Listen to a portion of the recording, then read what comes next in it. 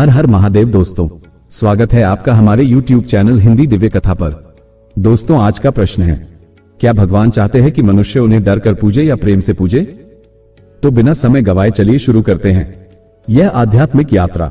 दोस्तों, ज्यादा अच्छे से अनुभव करने के लिए आंख बंद कर ले और हेडफोन लगाकर सुनिए। कैलाश पर्वत पर शांति का साम्राज्य पसरा हुआ था। चांदी जैसे चमकते बर्फीले शिखर, ध्यानमग्न वातावरण, मंद मंद बहती वायु और उस वायु में घुली दिव्यता, ये सब मिलकर उसे संसार से अलग एक ब्रह्मलोक सा बनाते थे। शिव ध्यानमग्न थे। उनकी जटाओं से बहती गंगा की धारा शांत थी और उनके गले में लिपटा वासुकी नाद भी बिना किसी हलचल के विश्रांति की अवस्था में था। वहीं उनके निकट माता पार्वती ध्यानपूर्वक उन्हें निहार रही थी। उनका मन आज किसी गहरे विचार में डूबा हुआ था। कुछ समय तक मौन रहने के बाद माता ने अपने सुरीले स्वर में पूछा, हे नाथ, क्या मैं आपसे कुछ पूछ सकती हूं? भगवान शिव ने धीरे धीरे नेत्र खोले, जैसे किसी समाधि से जागते हों। उनकी आंखों में ब्रह्मांड की गहराई थी और मुख पर सदा जैसी सौम्यता। देवी, आप ही तो मेरे मन की अधिष्ठात्री हैं। जो प्रश्न आपके हृदय में है वो मुझसे छिपा कहां? पार्वती ने हल्का मुस्कुराकर कहा, प्रश्न सरल है, उत्तर गूढ़, परंतु मैं जानना चाहती हूं, क्या आप चाहते हैं कि लोग आपको डरकर पूजें या प्रेम से? शिव कुछ पल मौन रहे, ऐसा मौन जिसमें संपूर्ण प्रकृति भी सहम गई। तभी एक शीतल हवा चली और बर्फ के कण शिव की जटाओं से उड़कर पार्वती के आंचल पर आ गिरे। शिव ने धीमे स्वर में कहा, देवी, ये प्रश्न केवल मेरे ही नहीं, संपूर्ण ब्रह्मांड के लिए उत्तरदायी है। ये केवल शिव की भावना का विषय नहीं, ये हर उस शक्ति की प्रकृति को समझने का प्रयास है जिसे मनुष्य देव कहता है। प्रेम और भय दोनों से भक्त मुझ तक पहुंचते हैं, लेकिन क्या दोनों मार्ग समान हैं?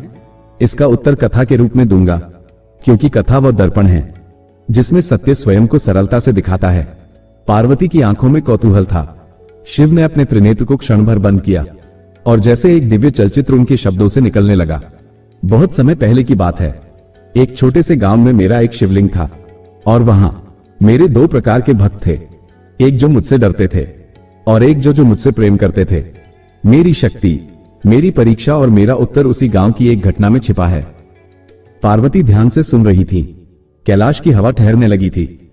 नंदी, गण, यक्ष और किन्नर सब मौन हो गए थे, जैसे स्वयं प्रकृति भी शिव की कथा सुनना चाहती हो। और तभी शिव की वाणी में कथा का पहला दृश्य सजीव हो उठा। शिव की दृष्टि दूर अतीत में उतर गई।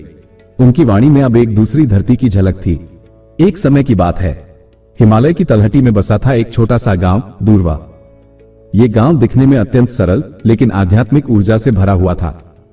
गांव के केंद्र में स्थित था एक प्राचीन शिवलिंग, मेरे ही एक रूप का प्रतीक, जिसे गांव वाले भैरवेश्वर कहते थे। इस शिवलिंग की स्थापना किसी सिद्ध योगी ने की थी, पर वर्षों बीतने के साथ ये कथा रहस्य बन चुकी थी। गांव वाले केवल इतना जानते थे कि यह शिवलिंग बहुत शक्तिशाली है और यदि कोई इसका अपमान करे या पूजा में त्रुटि करे तो भयानक प्रकोप होता है। गांव का मुख्य पुजारी था सोमदत्त। वह वृद्ध, अनुभवशील और नियमों का अत्यंत पालन करने वाला था। हर दिन भोर में उठकर स्नान करता, पंचामृत चढ़ाता, मंत्रों का उच्चारण करता और भय मिश्रित श्रद्धा से शिव की आराधना करता। वो गांव वालों को भी सिखाता था, शिव शांत हैं, पर रुष्ट हो जाएं तो सर्वनाश कर सकते हैं। पूजा में कोई चूक मत करना, नहीं तो तांडव निश्चित है। लोग मानते थे कि जो कोई नियम तोड़ेगा उसका अनिष्ट निश्चित है। लोग बेलपत्र चढ़ाते समय भी कांपते थे। अगर कोई गलती से तुलसी का पत्ता शिवलिंग पर चढ़ा देता तो पूरा गांव अपशकुन मान लेता। इस पूजा में प्रेम नहीं, भय था। श्रद्धा थी पर दूरी थी, जैसे कोई सैनिक अपने सेनापति के सामने खड़ा होता है। लेकिन इस पूरे भय के वातावरण में एक प्राणी था जो बिल्कुल अलग था। नंदू, एक 10 साल का अनाथ बालक। उसके माता पिता एक महामारी में स्वर्ग से धार चुके थे। तब से वह गांव के एक वृद्ध दंपति के सहारे पल रहा था, लेकिन उसका असली सहारा था वही शिवलिंग। नंदू ने उस शिवलिंग को बाबा भोले कहना शुरू किया।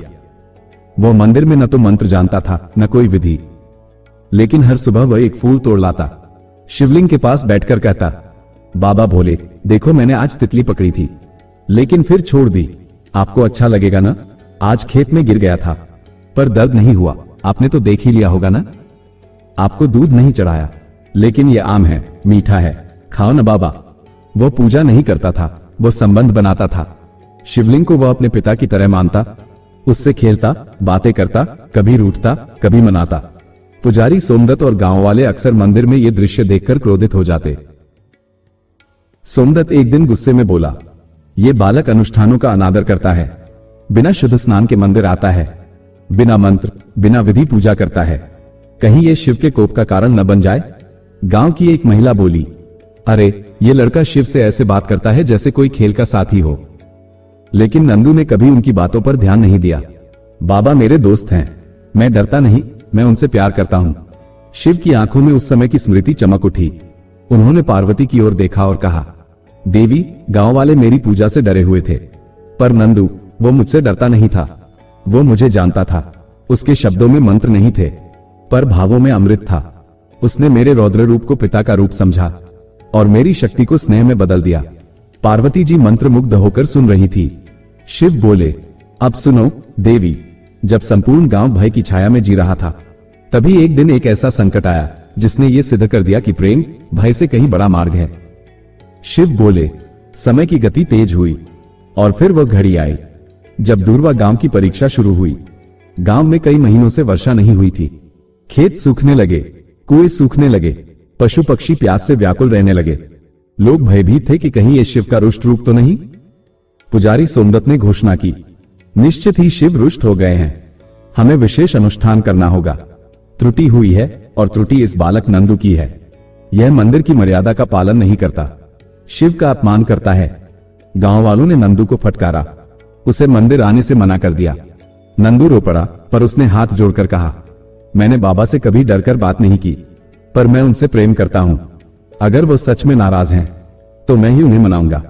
अगले दिन सुबह सुबह जब गांव सो रहा था और मंदिर बंद था, नंदू चुपचाप एक छोटा सा लोटा लेकर पास के तालाब तक गया, जिसमें अब सिर्फ कीचड़ बची थी। वहीं से थोड़ा सा गंदा पानी भरकर एक फूल लेकर वह शिवलिंग के पास पहुंचा। मंदिर के कपाट बंद थे, पर नंदू को किसी द्वार की आवश्यकता नहीं थी। वह मंदिर के पीछे एक पत्थर पर चढ़कर शिवलिंग के समीप बैठा और बोला, बाबा भोले, सब मुझसे नाराज हैं, पर आप तो जानते हो ना, मैं आपसे डरता नहीं। मुझे तो हमेशा लगता है कि आप मुस्कुराते हो जब मैं बात करता हूं। आज गांव को पानी चाहिए बाबा, आप उन्हें माफ कर दो, और अगर गलती मेरी है तो मुझे डांट दो, लेकिन बारिश तो करवा दो। उसने गंदे पानी की 2 बूंदें शिवलिंग पर टपकाई और फूल अर्पण किया। और फिर कुछ ही क्षणों बाद आकाश में बादल उमड़ने लगे। गर्मी से तपती धरती पर पहली बूंद गिरी, फिर दूसरी, फिर तीसरी, और फिर मूसलाधार वर्षा शुरू हो गई। गांव में कोलाहल मच गया। लोग मंदिर की ओर भागे। पुजारी सोमदत्त स्तब्ध रह गया। मंदिर के पीछे जाकर देखा, नंदू उसी पत्थर पर बैठा था। गीला हो चुका था, लेकिन उसकी आंखों में चमक थी, जैसे कोई दोस्त अपने मित्र से बात करके आश्वस्त हो गया हो। उस दिन गांव वालों को समझ आया, शिव को डर कर नहीं, प्रेम से पूजना चाहिए। नियमों से नहीं, भावों से जुड़ना चाहिए। पुजारी ने स्वयं नंदू के चरण छुए, कहा, तू तो सच्चा भक्त निकला, हमें तो केवल भय आता था, तूने प्रेम से भगवान को बुलाया। शिव ने पार्वती की ओर देखा और मुस्कुराकर कहा, देवी, नंदू ने मुझसे डरकर कुछ नहीं मांगा, उसने मुझसे प्रेम किया, मुझसे बात की, मुझ में अपना सहारा देखा, और जब प्रेम सच्चा हो तो कोई विधि विधान नहीं रोक सकता मेरी कृपा को। पार्वती की आंखों में आंसू थे, पर वे करुणा के नहीं, हर्ष और श्रद्धा के थे। उन्होंने धीरे से कहा, नाथ, अब मुझे उत्तर मिल गया। आप भय से नहीं, केवल प्रेम से सच्चे लगते हैं। आप तांडव हैं, पर प्रेम में भंगिमा बन जाते हैं। आप महाकाल हैं, पर एक बालक के मित्र भी हो सकते हैं। शिव मंद मंद मुस्कुराए। उनकी आंखों में अब नंदू की छवि थी, एक छोटा सा बच्चा जो डरता नहीं था, प्रेम करता था। भगवान से डरना नहीं चाहिए, उन्हें प्रेम करना चाहिए, क्योंकि जहां प्रेम है वहां भय का स्थान नहीं होता। विधि विधान तभी तक हैं जब तक हृदय भावहीन हो, लेकिन जब हृदय पूर्ण समर्पित हो तो वो भावना ही सबसे श्रेष्ठ पूजा बन जाती है। तो दोस्तों, ये थी आज की कथा। अगर आपको ये कथा अच्छी लगी हो तो इस वीडियो को लाइक करें, अपने दोस्तों और परिवार के साथ शेयर करें, और ऐसी ही आध्यात्मिक कथाओं के लिए हमारे चैनल हिंदी दिव्य कथा को सब्सक्राइब करना ना भूलें। हम कल फिर मिलेंगे एक और नई कथा के साथ। तब तक के लिए कमेंट बॉक्स में लिखें, हर हर महादेव।